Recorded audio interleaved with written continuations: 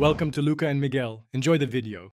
In this video, I will explain how to set up Metapixel on Squarespace. The Metapixel is a small piece of code that helps you measure the effectiveness of your advertising by understanding the actions people take on your website.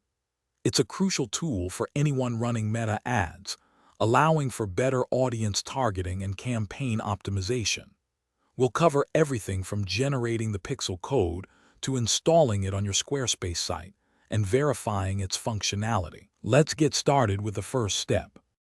First, you'll need to generate your unique Meta pixel code.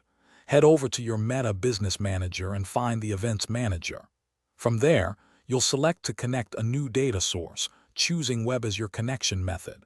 Then, simply select Meta Pixel and follow the prompts to create your pixel. Once created, you'll be given a unique base code. Make sure to copy this code, as you will need it for the next step in our setup process. Now that you have your Meta Pixel code, it's time to install it on your Squarespace site. Log into your Squarespace account and navigate to your website's dashboard.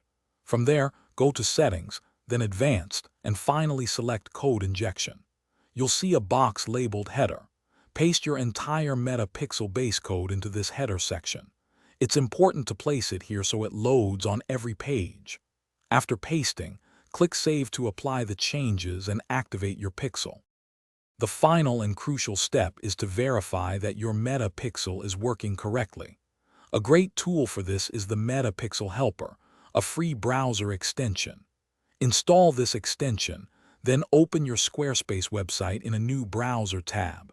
Click on the Pixel Helper icon in your browser's toolbar.